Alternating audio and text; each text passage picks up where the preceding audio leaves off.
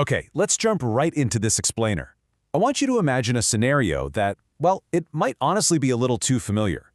You've just dropped your hard-earned cash on a brand new appliance for your dorm. Maybe it's a mini fridge or, one of those fancy coffee makers.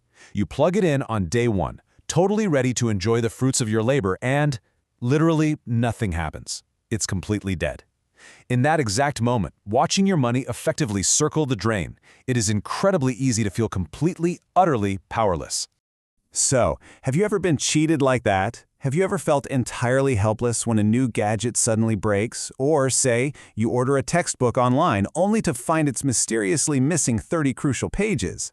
Look, we have all been there, right? It is a terrible, sinking feeling. But what if I told you that you aren't actually powerless at all?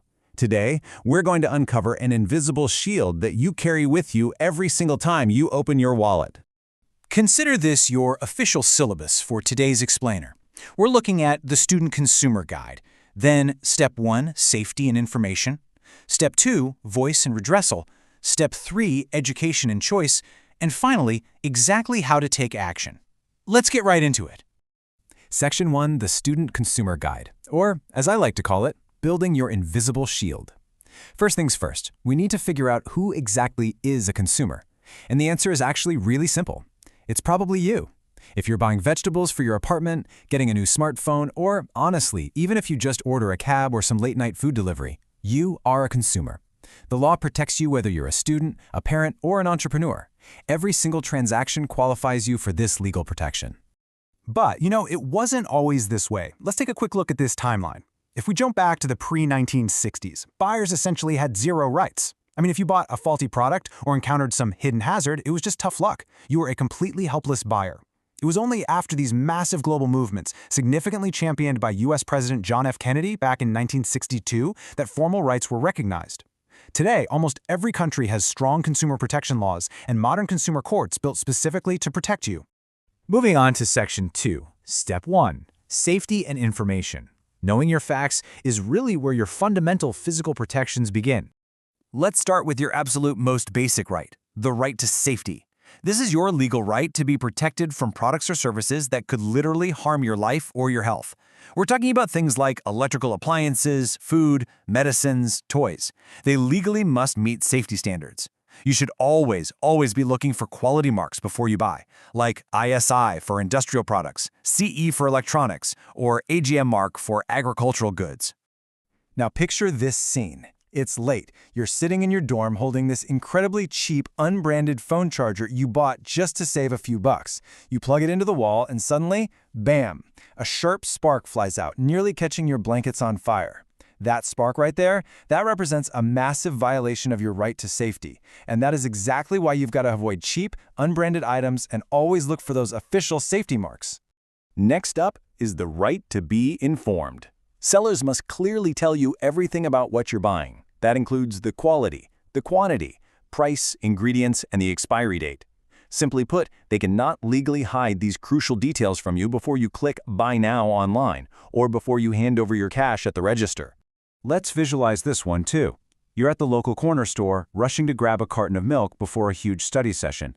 The shopkeeper hands you a carton, but his hand is suspiciously covering the bottom corner. You confidently ask to see it, exercising your power, and you discover the expiry date was actually 3 days ago. By demanding to see that label, you're actively using your right to be informed. You have the absolute right to know everything about what goes into your body and your dorm. All right, Section 3, Step 2, Voice and Redressal, because knowing your rights is really only half the battle, right? Here's how you actually speak up and get paid when things go wrong. This all begins with the right to be heard. Basically, this means your voice legally matters. If you have a complaint, someone must listen to you. You can file a grievance with the company itself, a consumer forum, or use official government portals. For example, in India, there's the National Consumer Helpline at 1915. That number exists specifically to listen to your grievances. Visualize a frustrated student pacing their room. They've just been scammed by a fake online textbook seller. They pick up their phone, they dial 19015, and as the representative answers and officially logs their grievance against this unfair brand, you can almost literally see the tension fading from the student's shoulders. They aren't just shouting into the void anymore. Their voice is officially on the record. And having that voice leads directly to the right to seek redressal. This is your right to actually get a refund, a replacement, or compensation for a faulty product, poor service, or even mental agony. And here is a super vital point. Even small claims matter. You might think, oh, fighting over a $10 item just isn't worth my time, but if 100 people fight that exact same small injustice, it can literally change an entire industry's behavior. Just imagine the satisfaction here. You march back into that electronics store with the defective laptop that totally crashed during finals week. You don't ask, you state your rights. After a brief conversation with the manager, you walk out through those sliding glass doors into the sunlight with a full refund currently processing to your account. You've just transformed from a helpless victim into an empowered victor. Remember? Get your money back. It is the law. Section 4, Step 3, Education and Choice. This step focuses entirely on your autonomy and your freedom as a smart buyer. Which brings us to the right to consumer education. You have the right to learn exactly how to be a smart consumer. Governments and NGOs actually run free awareness programs specifically for this purpose, particularly reaching out to rural or remote areas. And why? Because an uneducated consumer is, quite frankly, the absolute easiest target for a scammer. Knowing your rights is the first and really the most important step to protecting yourself. Picture a young student from a rural town swiping through an interactive awareness module on their smartphone. As they read, their eyes widen.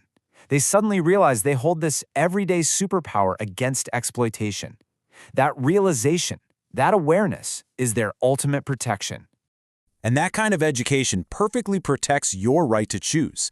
This means you absolutely cannot be forced to buy a specific brand or product.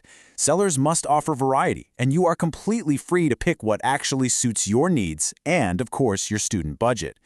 Manipulative tactics, like a shop owner telling you, hey, buy this soap or leave, are strictly 100% illegal. So you're at a tech store, and this pushy, fast-talking salesperson is really trying to corner you into buying a pricey, totally unnecessary warranty subscription for your new headphones. They step closer, really trying to pressure you. But you just smile, shake your head, and confidently walk away. You know your right to choose, and no one can force you to buy a single thing you don't want. Okay, Section 5, How to Take Action and Actually Use Your Shield. Here are the exact practical steps you need to transition from a helpless buyer to an empowered consumer. Here is your simple 3-step action plan to fight an injustice. Step 1, always, and I mean always, collect your bill or invoice. It's your proof of purchase and, honestly, your primary weapon. Step 2, if something goes wrong, file a complaint. If you're in India, you can call the National Consumer Helpline at 1915 or just visit consumerhelpline.gov.in. Step 3, if the company flat out refuses to listen, you escalate the issue to a consumer court. Remember, you are never alone in this process. So, to summarize everything we've covered today, these 6 consumer rights, safety, information, heard, redressal, education, and choice, they aren't just boring legal jargon. They form an invisible shield protecting every single purchase you make. Whether you're buying a $2 pen or a $2,000 laptop, it is your money, your choice, and your rights. Stay aware and stay empowered. I'm going to leave you with this final thought to ponder today. Which of your 6 rights surprised you the most? And more importantly, how are you going to actively use this newly discovered superpower the next time you're out shopping or clicking Add to Cart? Really think about it and stay protected out there.